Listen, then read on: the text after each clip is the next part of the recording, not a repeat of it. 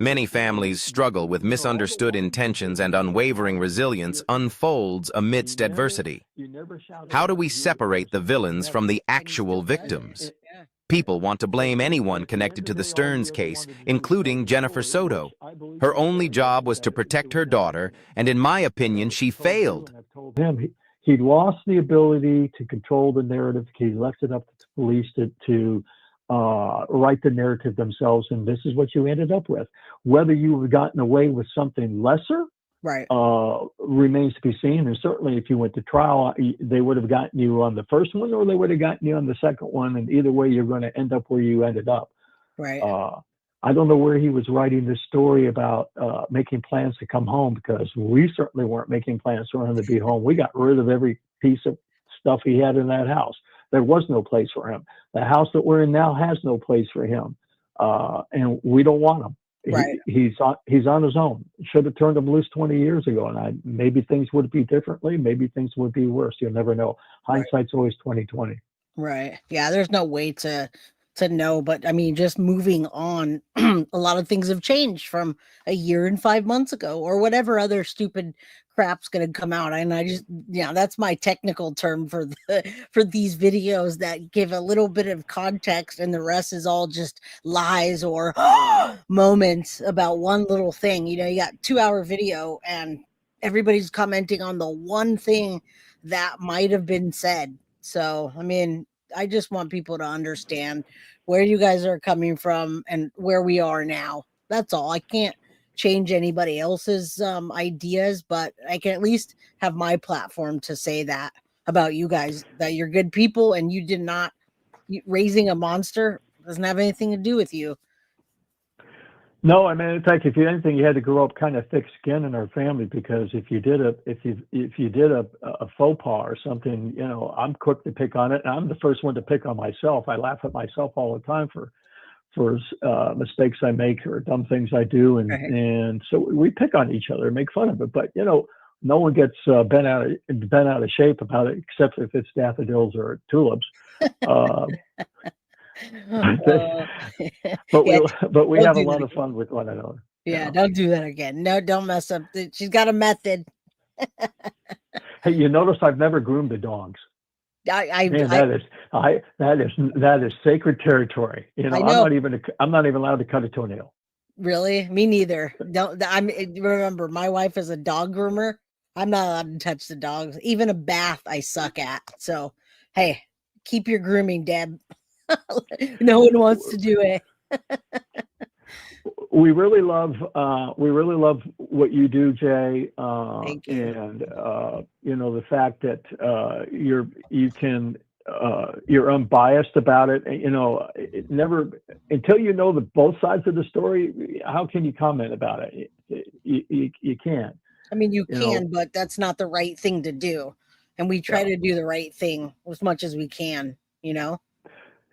But we don't feel sorry for ourselves. We feel stronger. There are people that are living far worse situations than we are. And whenever I start to feel down about myself, I start thinking about the fact that, I've got 2 feet, 2 legs, 2 arms, eyes. I'm working. I enjoy what I do. I enjoy life. I feel refreshed and renewed every day I wake up, in spite of everything that's going on. This is just a challenge, and God's testing us, and we're helping each other get through it, and we're fine. Right. It's just sad that people think that we have to be a target and they want to target us, but hey, that just makes us stronger.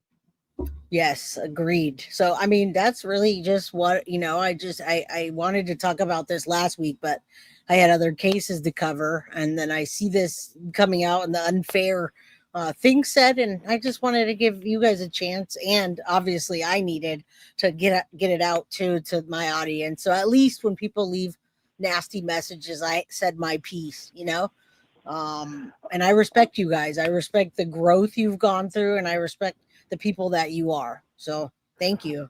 You. I'm looking at a comment one of your audience members put, "My husband isn't allowed in my kitchen." I get it. Well, Deb and I share the cooking duties. I'm a little cleaner and neater than she is when I cook. She leaves a mess. Looks like a hurricane went through there. But I clean up as I go along. But I let her cook the fried chicken because I can't cook fried chicken with crap. You know. Yeah, Oh, look at that potatoes. We do potatoes. Yeah, you guys gotta make some potatoes. No handcuffs though, because you might break your teeth. That reminds me of a. You know why a tomato is red? Why? Because it sees the salad dressing. Wait, it sees the salad dressing? Wait, Yeah, what? the What am I tomato missing? sees the salad dressing. Why is a tomato red? It sees the salad dressing? Yeah, Why the don't salad is getting dressed. Oh my god. Okay. I'm like, wait, what am okay, naked. They're filling me in. I'm like, wait, what? What am I okay. They're laughing. I didn't get it. My bad. I just you Naked said naked salad. Come salad. on. They're okay. I got it. Now I can retell that now. They're like, look, the salad's getting dressed. Okay, guys. I get it. Well, you wanted a dad joke. I had I to throw did. that in there. That was a good one. I wasn't expecting the naked salad, but now everybody else got it but me. All right. You see the blonde up here? That takes away sometimes from my yeah. Oh man, everybody's laughing. That's good. We're leaving off on a good note. So we've been here an hour and a half now. If anybody has any questions, if Chris wants to answer, otherwise, if you guys want, we can open the chat and you guys could talk. Deb says I'm blonde to the bone. Oh my goodness. You really are, Deb. All right. You got anything, Chris? You got anything? No, not really. I think we said all we can say, and again, it's been great to have a chance to speak about this openly, and just hey, we're just plain ordinary people that just got blindsided one day, and now we've got this little test and challenge in our lives, and it made us stronger and made us stronger with one another. So we get it. Right. We're looking forward to the next one. Maybe it's not so much a tough test or challenge that we're experiencing now, but we're prepared for the inevitable, whatever happens up in Appalachia. Right. Yeah. We're prepared for that too. So. Right. Agreed. And it's coming. So follow the yellow brick road says, do you plan to financially, emotionally support Stephan? I don't know how much we can support him emotionally unless he calls us. We're not even on his approved list, so we're not even sure what's going on with that. And if we do anything financially, it's going to be a small token, certainly nothing that we were doing in the past. We've got to get on with our lives. Right. He made his choice. This is where he ended up. He's got to deal with it. We're not going to be there forever, so he needs to start learning to deal with it. So yeah, and rightfully so. I mean, I'm sure he's going to reach out to you once he gets settled and say, "Mom and Dad, I don't have, I need white shirts or whatever." My nephew was in prison for 5 years, and I got a phone call every week. Not how are you doing, Auntie, but I need you to send me money because that's what they think about in there.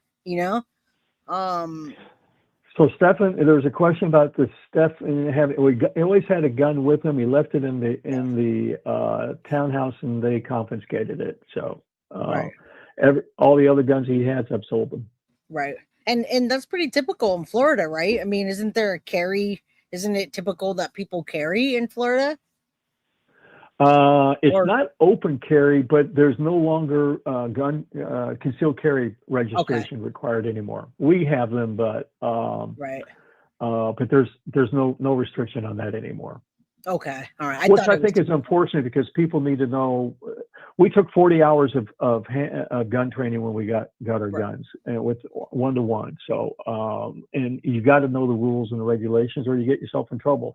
People think if you take a gun out and flash it to somebody, that's okay. No, third-degree felony.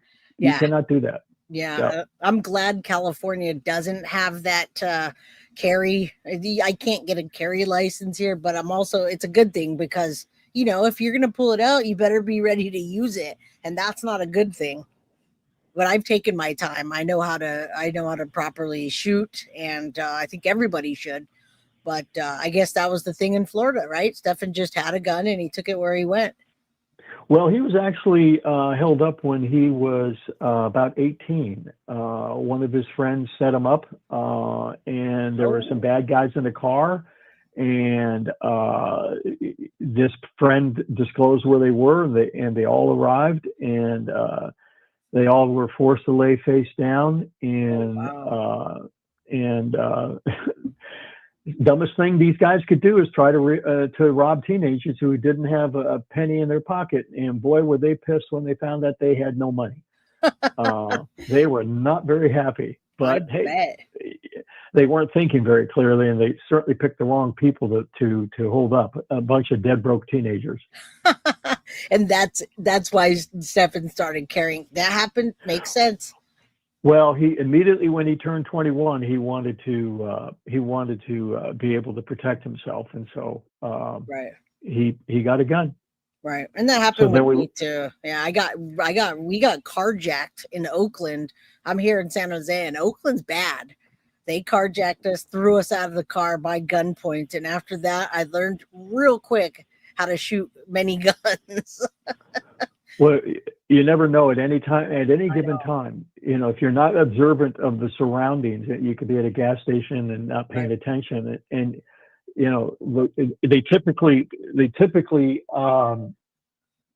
they usually operate in pairs. Right. Oh, there was 5 of them, Chris. I wasn't Yeah. driving